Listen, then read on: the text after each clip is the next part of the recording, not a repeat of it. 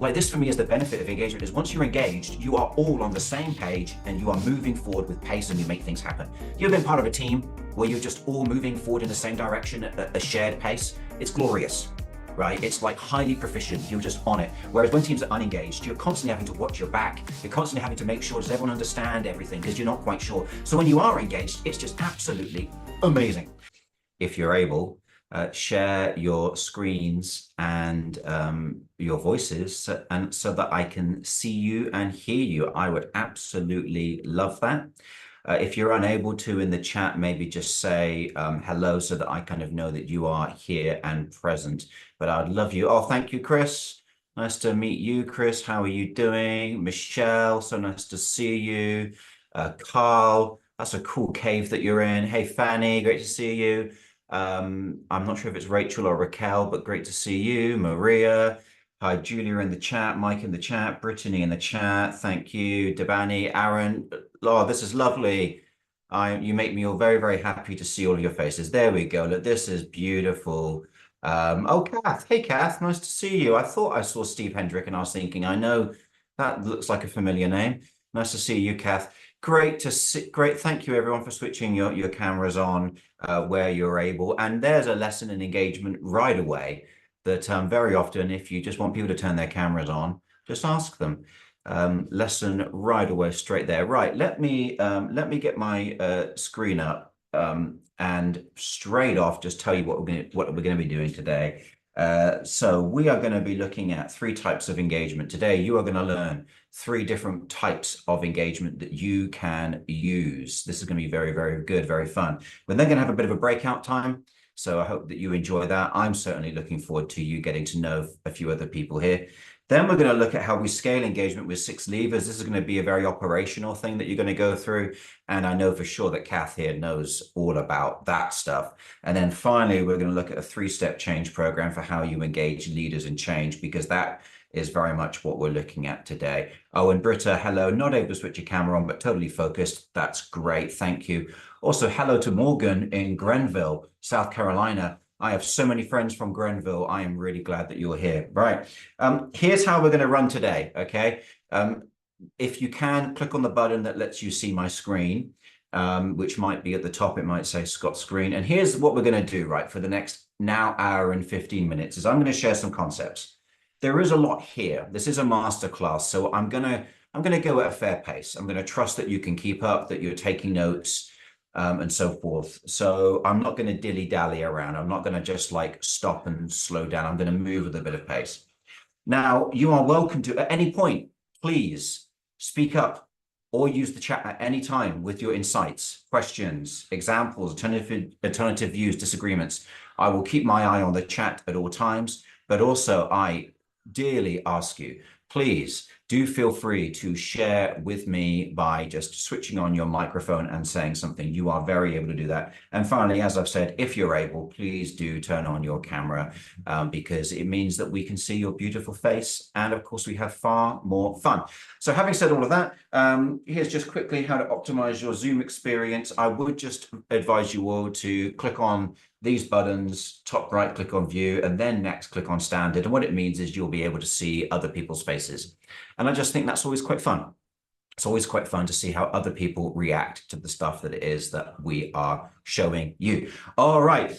Are you ready to begin? If you are ready to begin, can I get a kind of like a hoo-yah from you? Just something that shows me. Thank you, Yulia. There's a hoo-yah. Yeah, Toby. In fact, what I'd actually like here. Thank you, Kelly. I can see you clapping your hands. Nancy is giving us fireworks. Same with Laura, or is that Laura? Morgan, thank you.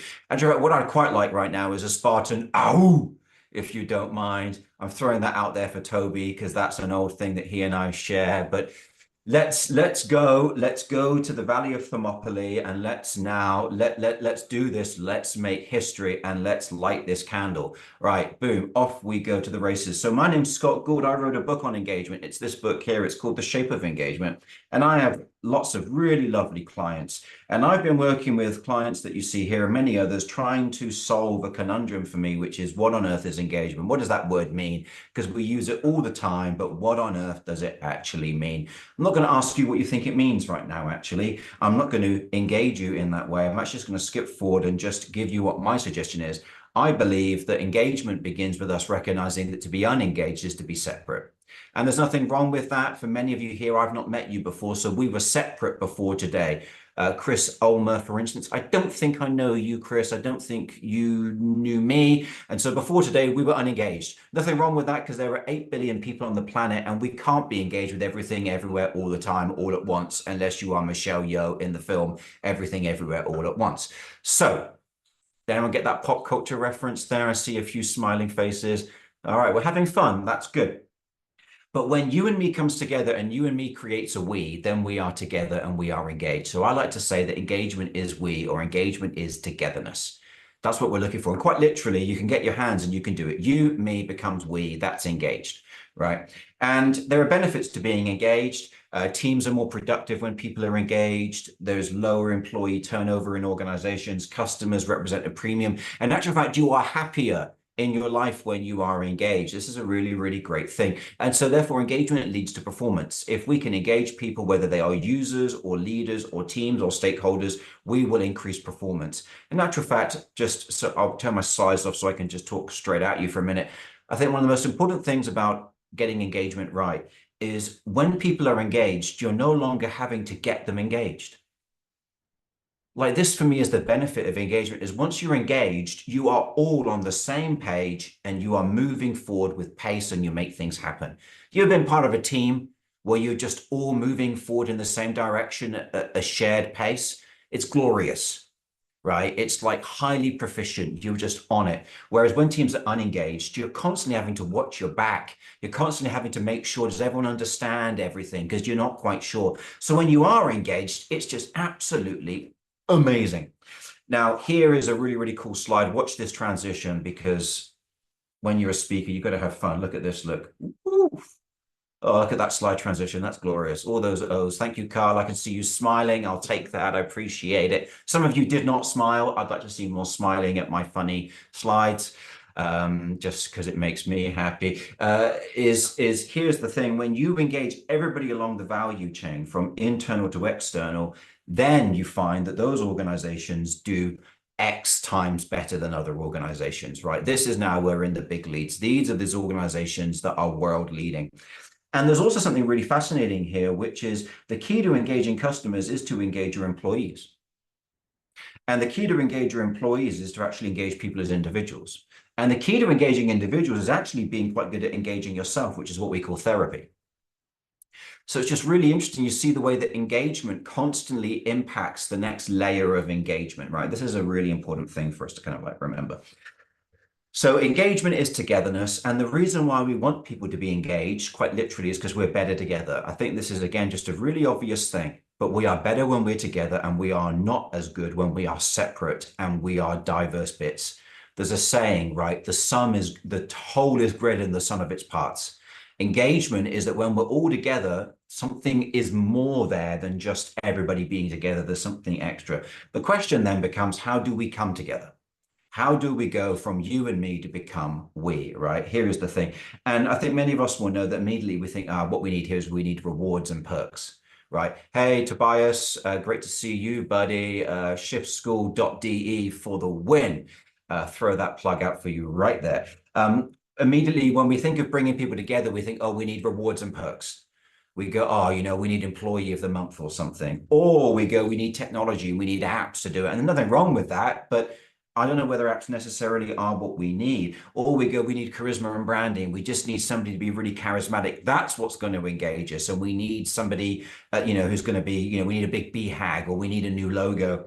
Or we kind of, and this is very much a UN thing, and Michelle can identify with this, we go, let's have surveys and town halls. Let's do more listening. But you already know what people's problems are, right? But we just go, let's just do more town halls.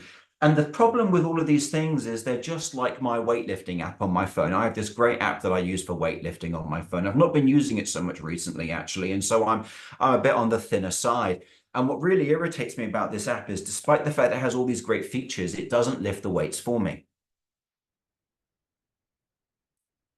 And I've complained to the app developer, but they won't fix it. And I open the app on my phone, but I do not get more muscly or fitter as a result, right? And this is exactly the thing: is these things here, they don't do the work of engagement for you, right? They don't do the work of engagement for you. So in order to do the work of engagement, we need to know, how do people come together? Hi, Maxine, nice to see you.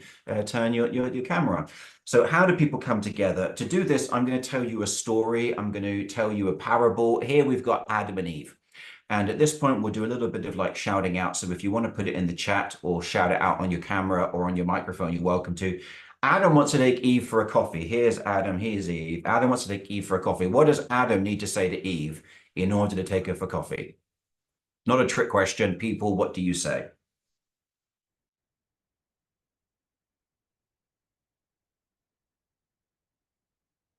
Let's get some coffee.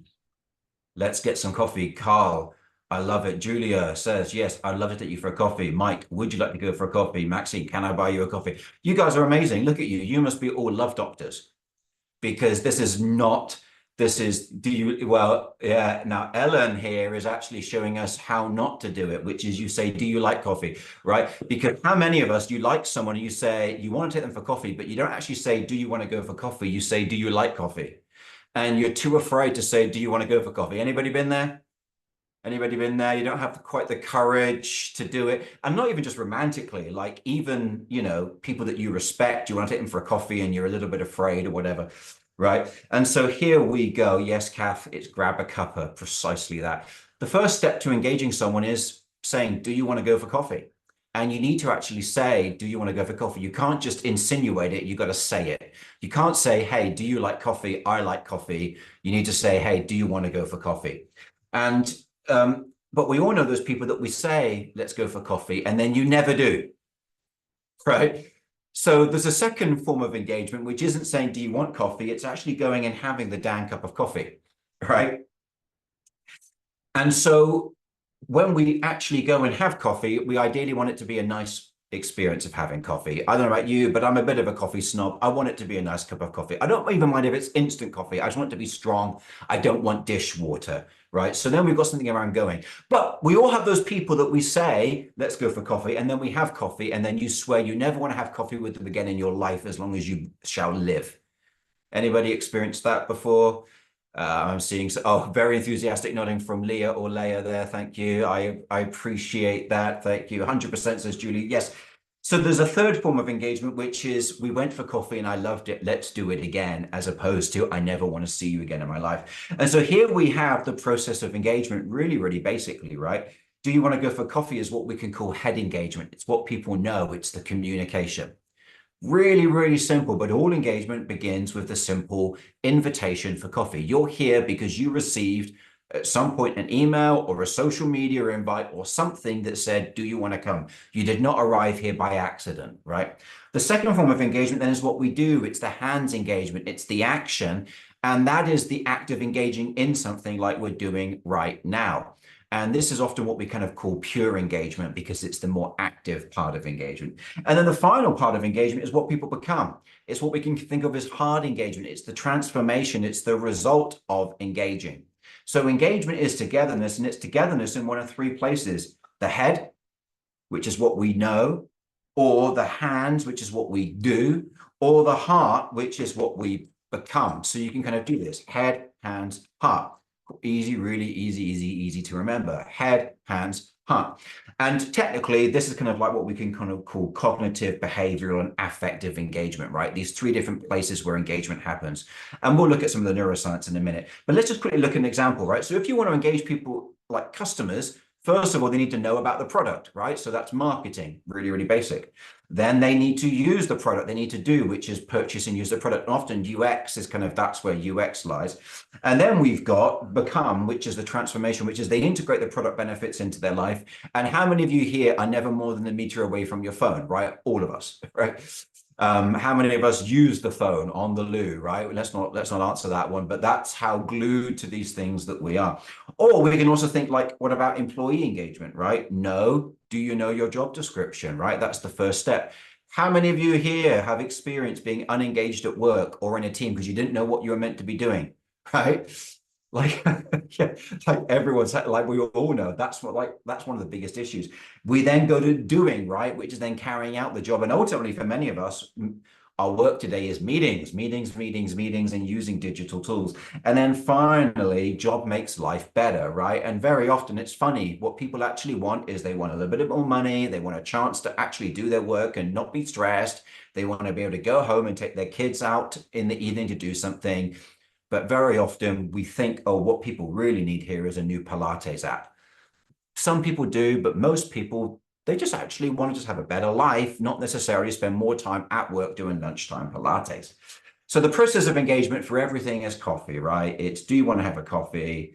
Let's go and have the coffee. And then I loved having that coffee. So I call this the coffee rule of engagement, which is we engage with anything or anyone like we engage with someone over coffee.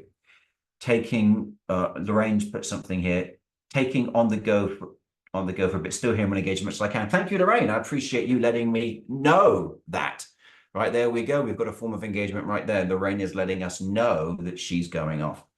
And there's a real simple reason why everything works as coffee is because there is no separate employee brain that works differently to your customer brain. Just think about it for a second. It's not like there's a part of your brain that engages as a customer differently to how we engage as an employee or as a user. So here's the great news. If you know how to engage a customer, or if you know how to engage a user, given that this is UX expression, we're talking about user journey mapping, you know how to engage your team or stakeholders, because all humans engage the same way, which is coffee. It's not like there is a secret special way that we engage.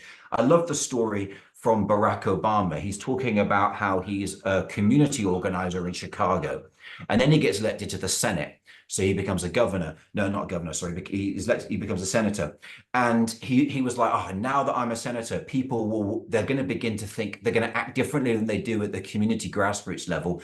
And it turns out, no, they don't. They act exactly the same at a state level as they did at a city level.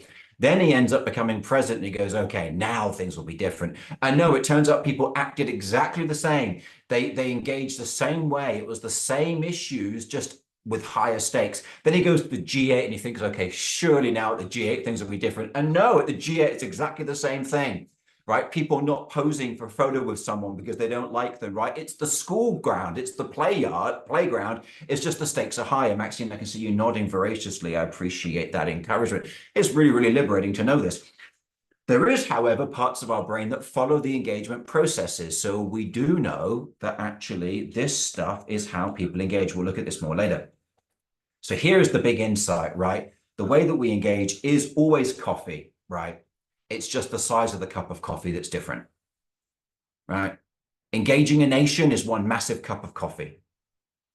Trying to engage the world in climate change is one massive cup of coffee. Right now, we're serving what? I've got maybe 20 people that are really engaging with this in terms of like, saying stuff. That's a smallish cup of coffee. And then sometimes it's just one-on-one. That's an even smaller cup of coffee.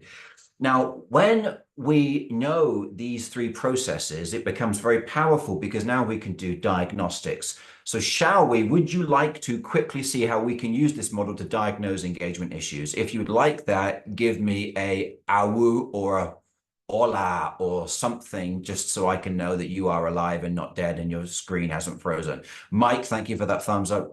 Julia, thank you for that, whatever that was. Tobias, yeah. Oh, Carl, look at you with the emoji magic. Fanny, thank you. Julia, love how you switch between slides and just your video, keeping you super engaged. Well, yeah, you've noticed something there. I might mention that later on. Right, let's keep moving. Engagement diagnostics with the coffee rule, right? So the first question is, are you being clear? If people aren't engaging, are you being clear? I know it's really obvious, but have you actually said, do you want coffee? Or have you just said, do you like coffee? Have you said, I want to do this project? Or have you said, do you like this project? Have you said, I want to have this meeting? Or have you said, could you be available for this meeting? Here is one of my favorite examples of a lack of clarity. Which way is Mario's? And everyone here who's like in UX will know this is like agonizing, right? This is like agonizingly frustrating. But this doesn't just happen in UX, this happens in life. How often do we say, yes, it's that way? Here's another one. How many people after a drunk night possibly end up in the wrong restrooms? Veronica, I see you. That tickled you. Often when people join who have been to this golf and country club because it's from where I grew up, they go, "Yeah, that's happened to me." Here's another one. This is at the UN. Michelle, you might appreciate this. This is at the UN. Absolutely fantastic. I love that one. All right, so let's go a bit deeper. Here is that part of the golf club vibe, Julia, possibly. Admittedly, there are some bad things about golf clubs, I suppose.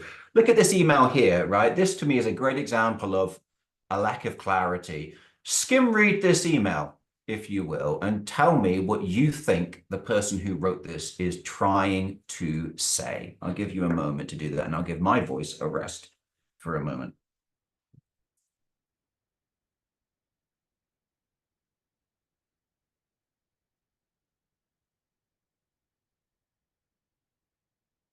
I've got to tell you, if you're looking at the screen, scratching your head, trying to work out what on earth it means, you are not wrong. Mike, I see you nodding, and Yulia, you just got this look of what the H.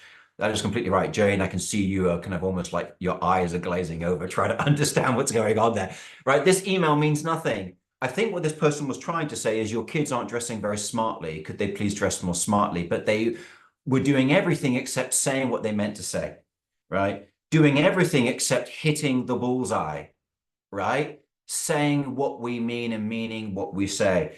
So here are some key points for engaging the head. All engagement begins with what people know, right? Knowing leads to doing. People can't do things unless they know what you want them to do 90% of the time.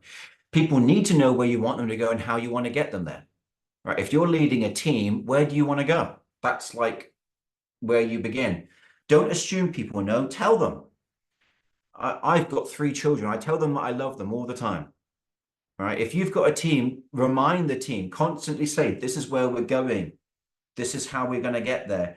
And if you don't know where you want to go, then make sure people know that you don't know where you want to go, and then make it that they know that the first thing you want to do is find out where you want to go. Like, I know this is like stupidly obvious, but people say, how do I engage a team? Well, the first thing you do is you get the team together and you go, great, where are we going? Do we know where we need to go? No. Okay, the first thing we're going to do is figure out where we're going to go. And then what you might do is you might say, okay, we know where we're going, but do we know how we're going to get there? Do we know what our values are going to be? And people go, no. And you go, great, let's work out what those things are. And then next week, you have the same conversation. Great leaders make things super clear and they keep on repeating it again and again and again. There's a reason why, right? And that is because the part of our brain where knowing and communication happens, the cognitive part of engagement happens, is the prefrontal cortex. And this is really power hungry. It needs lots of calories to run, and it's notoriously lazy. And so all of us like to use this as little as possible. So don't make me think, essentially, is the idea. Clark, I've just seen your message. That's not a problem. All the best. Good luck with the issue that you've got to handle. So one of the great ways to actually overcome people's laziness is to use language that is just really easy to understand. For instance, here is a locksmith in my city, Darrington Locksmiths. If you saw them drive by, I don't, just imagine, would you remember that name? Okay, here's another locksmith in my city, Sir Fix-a-Lock, who dresses up at networking events like a knight. Now, if you had to remember one of these, which one were you going to remember? Darrington Locksmiths, or Sir Fix-a-Lock? I think most of us are going to say we're going to remember Sir Fix-a-Lock, right? And why is that? Someone shout out to me. Why would we remember Sir Fix-a-Lock more easily? I want to hear somebody speak to me. Come on, let me hear your voice. More memorable. It's more memorable. Why is it memorable? Just more unique. You don't see knights running around normally. No, that's true. So there's something novel about it. But do you also know what Sir Fix-a-Lock is a pun of? I want to say Lancelot, but it doesn't quite work. Yeah, it's close enough, maybe. Yeah, Carl, that's exactly it. You've got this is in the UK, right? You've got Sir Lancelot. Everyone knows Sir Lancelot. So when you say Sir Fix-a-Lock, I get it. Like, I can remember that because it's close enough to something I already know. Whereas when you say Darrington Locksmiths, I don't know of anything else in the world called Darrington. So I'm going to struggle to remember Darrington. You're more likely to get me to remember Locky Lock, right? Like, or the Loch Ness Monster. But calling it, or Locky Lockface. But Darrington Locksmiths is just not going to be sticking in my mind anytime soon. So here is, if I may, a screen that you might want to screenshot. I mean, we'll give you the slides, but you might want to screenshot this quickly. Is the easiest way to engage someone's head is to recognize brains struggle with new information, right? They just don't want to use calories on learning new stuff. So you need to use what people already know. One of the best ways of doing this is to use a commonly understood metaphor, analogy, or story. Right? What have I used to explain engagement to you? What metaphors and analogies have I used already? Catching a cup of coffee. Yeah, a cup of coffee, right? Thank you, Toby. Like really easy, but just very, very memorable. Thank you for people putting it in the chat. Yeah, that's it. And then because metaphors are quick to understand, they're also easy to explain, and they're also hard to forget or get wrong. I think that's a key thing. When you use a metaphor, people will find it easier to explain what you want them to explain with accuracy. Whereas when you don't use a metaphor, it's often like they need to remember how it works. So here's an example of one of my clients. Our software will be like a sailing boat. Everyone gets the same boat, but teams can customize it for the waters they are in. Now, I'm not saying this is the world's greatest analogy, but I immediately understand the idea that everyone's going to get the same software package, but there'll be a degree of customization. I think that's just really, really handy. So here is the litmus test for head engagement. Is it so clear people can explain it to others? If you want to know how well people know something, listen to them explain it to someone else. That's the litmus test. All right, let's move quickly because we've got more to get through. Let's say, okay, they do know, but they're not doing. So they know that you've invited them for coffee, but they didn't turn up. What's up with that? Well, the question is it enjoyable? Is it something that I would like to do? Here is the 7 roundabout beast outside Reading in the UK. Look at that roundabout. Who here would like to drive around that roundabout? Put your hand up. No one. I'm just seeing, oh, Julia's got her hand up. Most people I'm seeing head shaking. Yeah. Generally, people do not like the idea of trying to navigate a roundabout that's something like that, right? I had a client that lived near this roundabout. They used to actively drive the long way around the city to avoid this roundabout, which I think is just a great example. But how often do we make taking action as complicated as this? This was a client of mine. These are the different ways you could log into their website. I'm going to tell you that's agonizing, especially driving on the wrong side to Tobias. Yeah. Yeah, right. Yeah. Imagine coming over from like Holland or something. You'd be freaked out, right? This sucks, right? This is the digital equivalent of like roundabouts in roundabouts. But how often do we run a team meeting and our team meeting is like a roundabout and a roundabout? It's just agonizing to follow action, right? But also, this is also sometimes as equally as agonizing. Your only option is this. Right, there's something around actually the fact that as people begin to drive, people begin to actually like a little bit of option. And there's something quite powerful here about engagement, right? Which is the stairway of engagement. One coffee may lead to another, right? Coffee engagement is like this stacking process. And I love this idea that as we take action and as we become, we grow in engagement. And so what we find is you might dislike this, but you'll become good at this. And actually, if you don't grow with the team, then the team will get bored. Some of you here are probably struggling to engage people because you have not grown with them. And what used to be enjoyable is no longer enjoyable. This, of course, is flow theory, right? The idea that people like stuff that matches a suitable degree of challenge with a suitable degree of competence. Too much challenge and I get anxious. Too little challenge and I get bored, but right in the middle, I will experience flow where I lose sense of time. I'm so immersed in it. Just like Zelda, man. I remember playing Zelda 64 on my Nintendo 64 back in the day. What a game. Still one of the best RPGs of all time. And at the beginning, you've only got 3 hearts, right? Let me change color. You've only got 3 hearts and you can't die. You can't die on the opening level, but by the end, oh my word, look at this, right? You've got the stakes are high, and so you've got to grow with people. You've got to grow, and sometimes the reason why you can't engage someone is because you've not grown with them. Maxine, I'm glad this is bringing back good memories for you. And so here is the reason why enjoyment is so important. And you've got to keep things enjoyable, is because the parts of our brain that are to do with action actually get really, really invigorated when things are joyful. I took this photo during the pandemic. I thought this was great. I loved sanitizing my hands at this Brewdog pub because every time I did, I just sang to myself, push it real good. Do, do, do, do, do, do. This, of course, though, is how agonizing it is to input a new patient into the UK's National Health Service. How many of you here, you look at that paperwork and you freak out? I do. How many of you here, and I bet there's one of you, you look at that amount of paperwork and you get excited? No one here? Okay, normally there's at least one person that goes like, I'm loving the idea of this paperwork, which again shows the fact that what everybody enjoys is just a little bit different. Lorraine, a little bit. Thank you. See, there's always someone. Thank you, Lorraine. You've proved my theory true. I appreciate that. There's something quite interesting actually around just the mechanics. I used to be a church minister, and there's something really important around the way that actually religion, we can look at religion or not even just religion, any form of ancient gathering, is that what you've got is you've got a height of sensation, like the smells, the campfire, the food. If you've ever been to like a sports game, right? The sounds, a concert, but you've also got the fact that you're doing it with other people. And when you get the height of stimulation, you get the neurotransmitters moving around in your body that aid with memory creation, like adrenaline, for instance, because your body, when it's stimulated, goes, I need to remember this now because this might be useful for my future survival.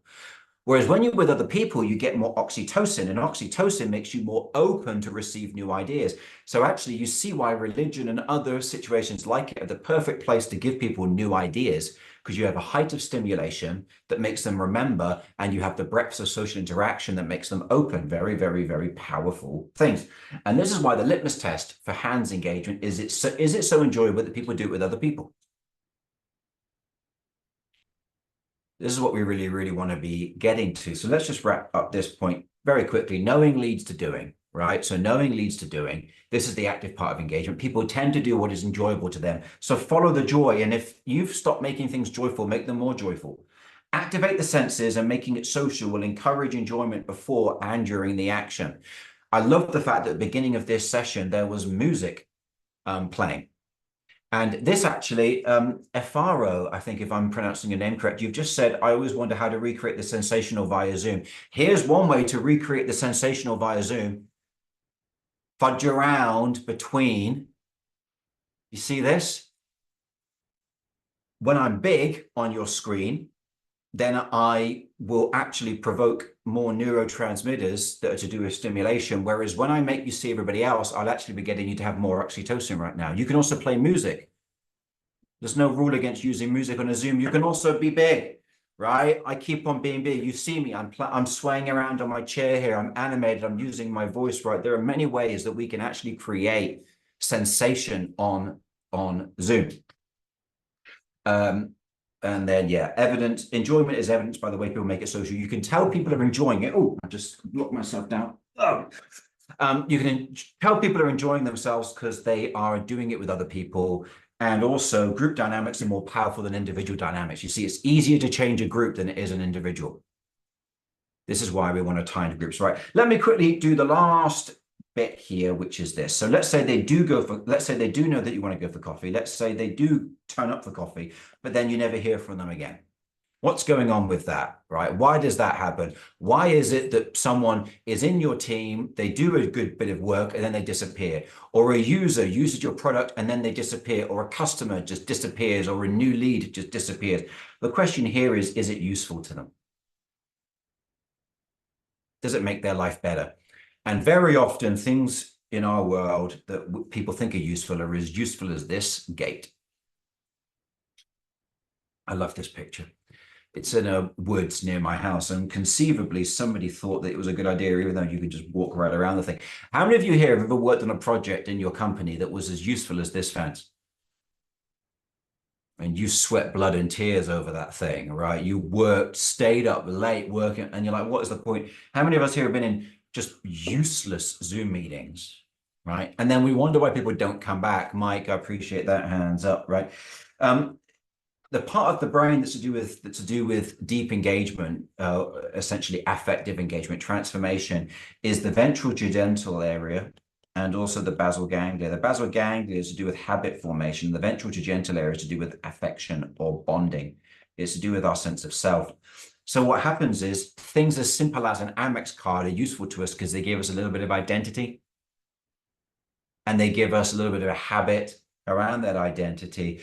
The litmus test for heart engagement is your thing so useful people can't live without you, right? Before you, they were here. After you, you've now lifted them up to here. Are they willing to go back down to here? That's the question. When I do something and it lifts people up to here and then they leave and go back down to here, I realize that my here just wasn't a useful thing for them. And of course, we are always thinking about how we are stacking that engagement, right? How we are growing them, how we're increasing them. So let's just quickly wrap up this point. Doing leads to becoming. And the reason why is because the neurotransmitters associated with doing, the adrenaline, the oxytocin, are actually what open up the ventral judental area to create new bonds. You can't get somebody to know themselves into becoming something. You've got to get them to know themselves into doing, and then do themselves into becoming, right? Transformation is about having a benefit that makes your life a little bit easier, right? They go from here to here. So you want to make sure that every interaction, every email, every meeting, everything makes people a little bit better. If you want to engage teams, how do we make things just a little bit better? You want to climb the stairway of engagement, right? So let's now break up into breakout rooms. So you have a minute to reflect because I have just talked at you for like half an hour. So here's what we're going to do. We're going to put you in, Apana, sorry, have to go. It's nearly midnight. Bless you. Have a good sleep.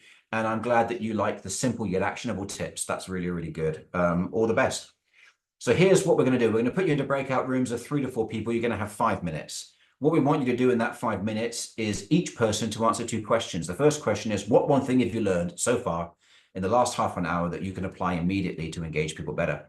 The second is, what might the benefit be if you applied that one thing? How might this be beneficial to you? So we are going to send you off to your breakout rooms. Now you're going to be there for 5 minutes. Have a really, really great time. That's actually why I think it's so important to have breakout groups in larger groups, because we do that naturally in person. So it's good to recreate it digitally. Also, really cool little thing, actually, which you might all appreciate knowing. So in my work with the UN, one of the things that I actually came across was doing breakout groups at the beginning of a meeting made people participate better for the rest of the meeting, because you just got the participation happening sooner rather than later. Really small thing, but we just do it all the time now. So I work with the leadership community there at the UN, and we just do that same. We do it all the time, every event, with a breakout room within 5 minutes. Obviously, everyone kind of knows each other because they're colleagues, but it just really gets people. And then what happens is, when they go into that breakout room, not only does it increase their participation later on, but also they're getting more oxytocin. It's what's called the broaden and build theory of emotions. If you experience positive emotion for a few minutes, it broadens your thought action repertoire. Quite literally, at the beginning of the meeting, having a moment of joy will make you do better in the rest of the meeting. So why don't we just build that in, right? I just love it. It's just so simple. Right. I'm gonna zip through a couple of things. Let's just jump here and go right. I trust you can see my slides. Let's look then at how we would engage people in a meeting, right? So the head communication part would be, we need to decide X. Yeah? Can you see my screen? Can I see people? Yeah. Yes, So, yes, we can. Right, great. So we need to decide X, not we need to discuss about X. But like really getting down to like, what do we need to achieve right now? Then we get to like the action. You might give people 3 options. You might say, right, there are 3 things that we could decide today, or is there a 4th, right? Just giving people options.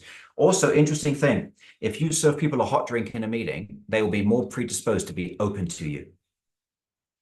Physical warmth promotes interpersonal warmth. If you want people to be colder, serve them a cold drink, and then they will be more critical. Love it. And then at the end of the meeting, you might go, right, let's clarify actions for the next meeting. Like really, really simple. But how often are we in meetings and these things aren't done? All right. Or let's look at how we engage our team, right? You might say, for now, our goal is X by Y, right? How many teams out there, like we're struggling to engage our team, but we don't even know what we're meant to be doing. So even if you don't know what you're doing, you might just say, our goal for the next month is to figure out what it is that we should be doing. That's a good goal. You might then go, right, the hands engagement for our team is that we're going to have 2 people working on the 5 different areas, and we're going to have daily progress meetings to keep up the joy of repeating back.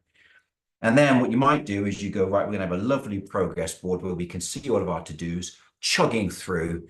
Every day we see them sliding, and we're going to have a treat once we've achieved 20 to-dos done or something, right? Like really, really simple.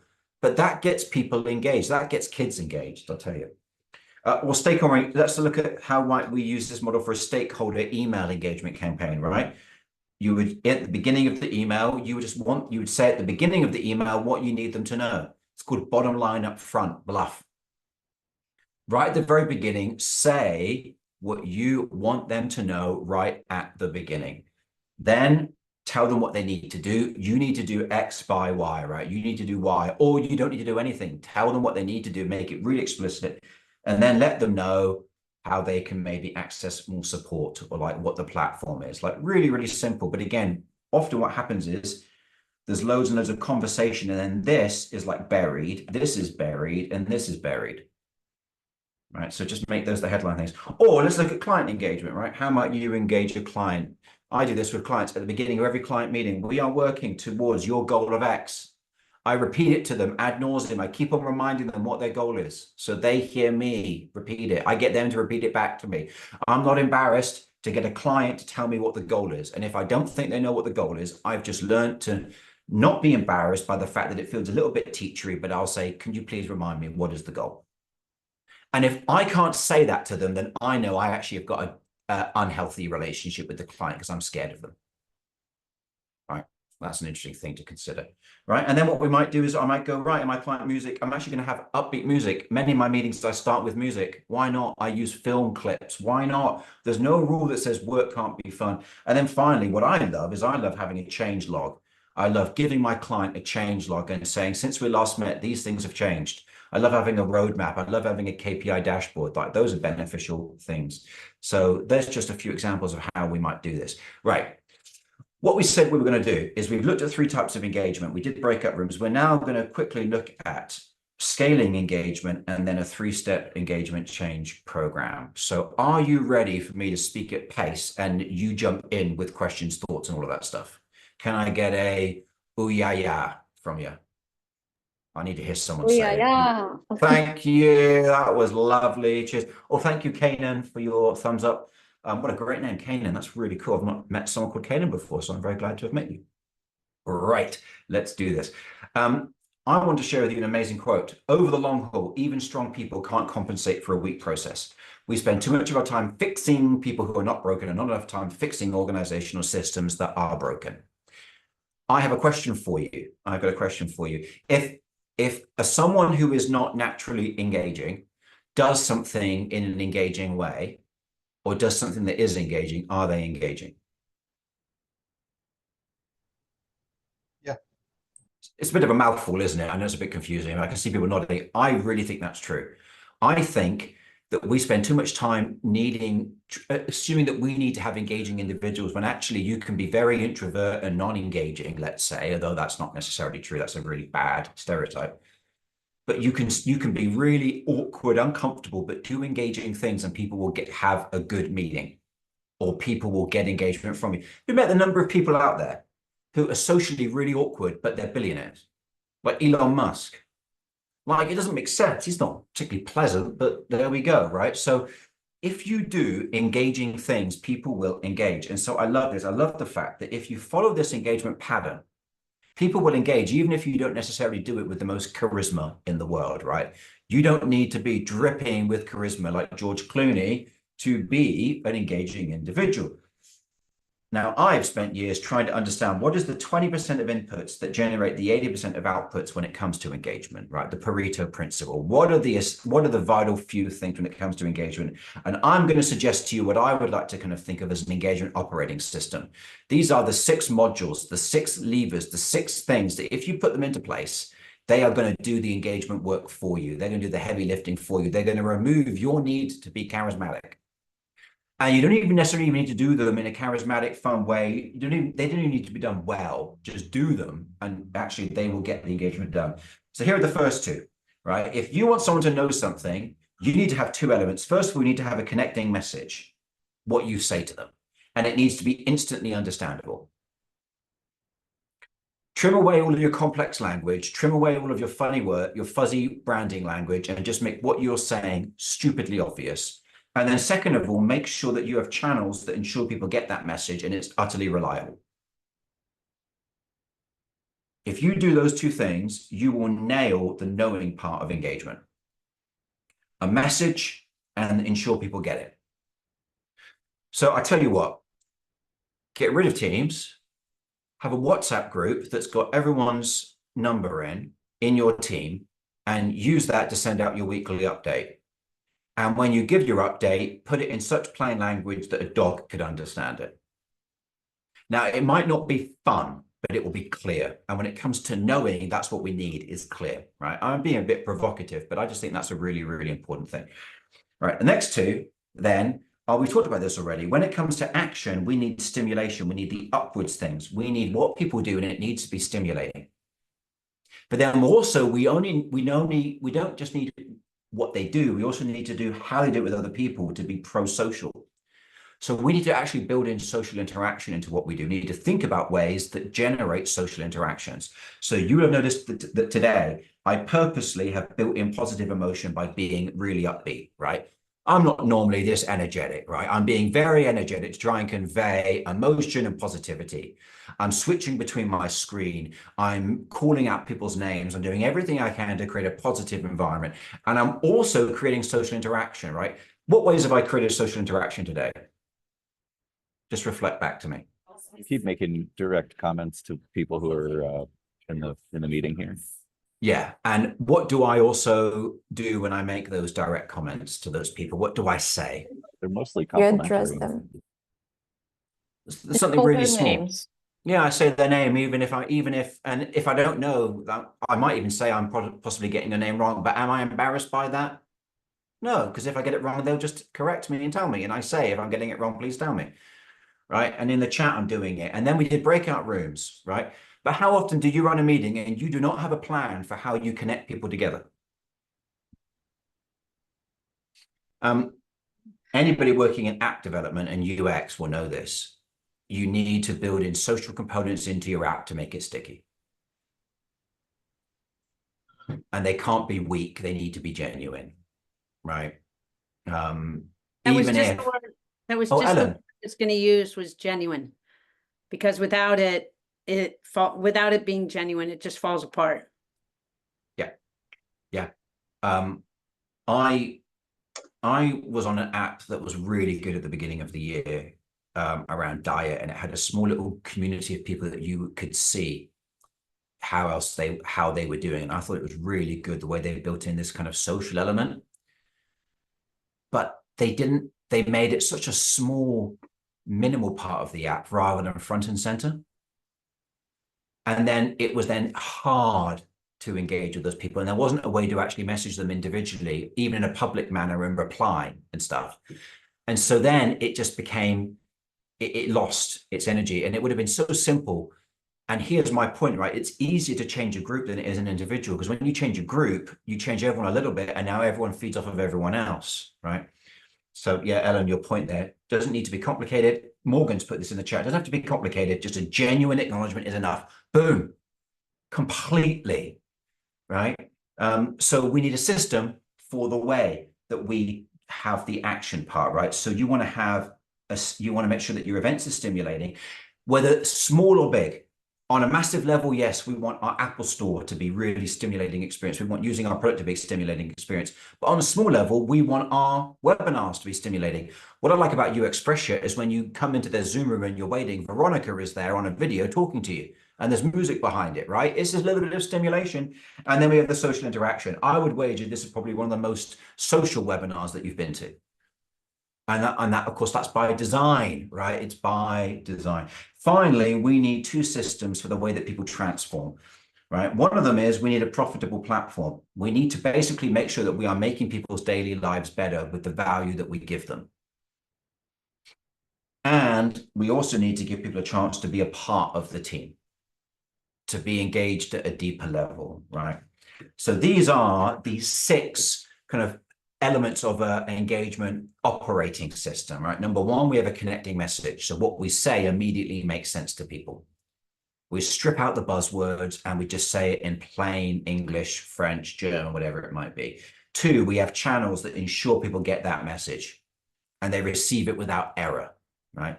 3, we have stimulating events. We make sure our events are stimulating, and that means your meetings.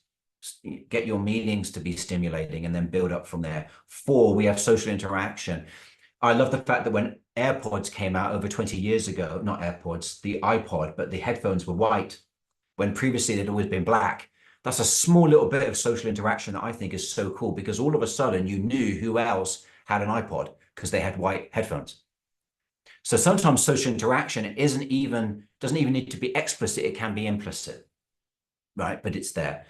5, we need to have a profitable platform. We need to just ensure that we deliver value. This one's a little bit more complicated, but one of the ways is you get people to reflect back to you what value they're getting from it. Really, really simple.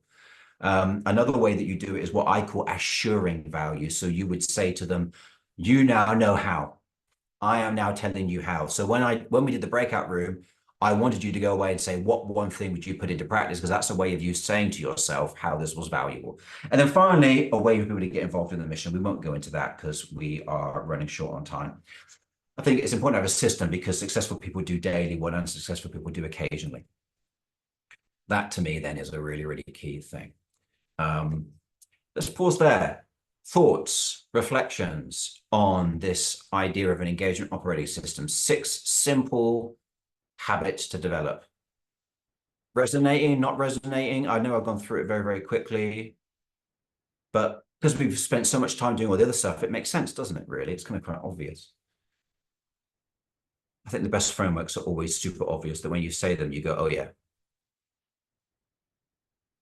I am great. You are all silent, which normally means your heads are too full and you need a moment to talk to each other. Unfortunately, I'm not going to be giving you that because I got one other thing to show you. And I'm sorry, I'm breaking a rule, which is I need to give you a moment for reflection, but I'm not doing it. I'm going to give you just one last thing, which is a 3-step change program, right? I want to share with you a really, really simple way that I go about engaging people in change. And it's not a change program as in a way of coordinating the project management. It's a way to engage people in change. I call it ABC. Alpha, beta, complete, right? Really, really simple. Stage 1 is the alpha. You need to get your idea, whatever it is, and you take your alpha, your MVP, and you take it to the alphas, the gorillas in your organization that have the strength and the position to say yes or no. You go to them first rather than later. Traditional project management is we go to them at the end. Big mistake, because now when you go to them and they say, no, you wasted all that time, Ellen, I see you nodding. But there's a second reason why you do it at the beginning. Because when you go to the beginning, you're going to give them what I call holes in the cheese. You're going to take your idea to them, your alpha to them, and you are going to make it, you're taking to them an incomplete idea. It's an alpha, it's an MVP. And they're going to have their own ideas and contributions. And what's that going to make them feel towards this idea? Like they have say in how it gets designed or how this problem is solved. They get to put feedback into it immediately. They're going to fill the holes in the cheese. They get the skin in the game, Morgan said. Exactly. It's the Ikea effect. They've helped make it. It's just great. It's just like, why would you leave that to the end when at the beginning you get that asset? Now, here is a great thing, right? Now, the beta phase is you go to the betas and you do your beta with the betas. Right? The betas you do with the betas. The betas are the people that normally are the social powerhouses of an organization, not the positional powerhouses. And they are generally quite positive individuals. Here's the thing is when an alpha has said yes, and when two alphas who disagree with each other have both contributed and said yes, you now have credential, and now you're able to get a little bit more buy-in behind this as well. I love getting conflicting people on board right at the beginning, rather than trying to save that to the end, right? Benjamin Parry says, and by engaging the alphas at the beginning, you don't avoid the swoop and poop at the end. I don't know what swoop and poop is, Benjamin. Would you mind clarifying? Yeah, Is it sure. It's when the people with the most power step in at the end. If you haven't engaged them, they step in right at the last minute of the project and go, "No, I don't like it," and then close it down. Yeah. Like, I mean, we know this from the whole idea of MVP and everything, but it's strikingly crazy how people use MVP to engage users and don't use it to engage their leaders. Like people, it's the same psychology, right? Like, let's just remind ourselves, the MVP process is just a really great way of engaging anybody. I use it for engaging my kids over doing something they don't want to do, right? Is I get the alpha. And then, anyway, all right. And then once you've done the alpha, once you've done the beta with the betas and you do a prototype, you then release your version 1. You go to complete, you release version 1. Out is version 1. And I think you need to have 3 things. You need to roll out, you need to have a plan for rolling out, you need a change log. Here's what we're changing, and a roadmap for future versions. And then you just keep on repeating the process. Really, really simple, but I absolutely love it. And I love the fact that we're using software concepts of change logs and roadmaps for our teams. I use it in my family. Like I've got a family roadmap and a family change log. It's just so good to say, what have we done and where are we going? Just love the discipline of that. And it is great for teams. Right, we are done. We've got 9 minutes left. You are going to get a bonus on email, which I'm not going to go into now. It's called the 5 Spurs of Engagement. You're going to have so much fun with that. Here's a little preview of it, but I'm going to turn that off now. Carl, can you provide an example of the beta teams? Yes, I worked on a big project in the UN on a thing called Transformers. It was an internal engagement program. And what I did was I went to the alphas, the decision makers, and got their input at the very beginning. And then we went to the betas. The betas were people that were generally quite positive, quite supportive. Sometimes they had a bit of positions. Generally, though, they had social cachet within the organization, and they were up for supporting us. And we did the pilot with them and their teams. And they were willing to forego the fact that some of it was a bit messy. They were willing to be kind and polite, rather than if we'd gone to negative people, they might have criticized it. And at the beta phase, you're wanting a little bit of support, right? You want a bit of kindness while you're working out the kinks and stuff. So that would be a beta. I would say that everybody, sorry, Carl. Sorry, yeah. would those be like product managers, or people who want to support the C team, but they don't? I don't know. I'm just trying to figure out how to apply this to like generally they are managers of something or supervisors, but they might not always be. I really wouldn't see them as having a particular title or role. I just think they're just the people that, like, if you think of, the idea of the alpha and the beta is the right-hand man or woman. From what I can see here, many of you here seem to be just, generally, it's the right-hand people that come to things like this. So all of you seem to me probably like as candidates for that, right? You might also be out. I'm not trying to criticize you, but you just seem like people who are here to learn, right? I'm a beta. I'm a great number 2. I'm a bad number 1. I love being a number 2. I love being a great advisor and supporter. So I guess I'm looking for people like that, people that love playing a supporting, it's a leading role, but they're just not the number 1. They're the number 2. And generally they're a bit It's more about those people's personalities, or maybe even my interactions with those people, that would qualify them in that second stage there. Okay, cool. Yeah. Thanks. I mean, and I look, I mean, really, Carl, this is just a method I've taken from software development, and I've applied and I've pilched it and used it for internal engagement. And then I kind of realized that alpha and beta described the personalities of the people in terms of the power decision maker and then the social leaders.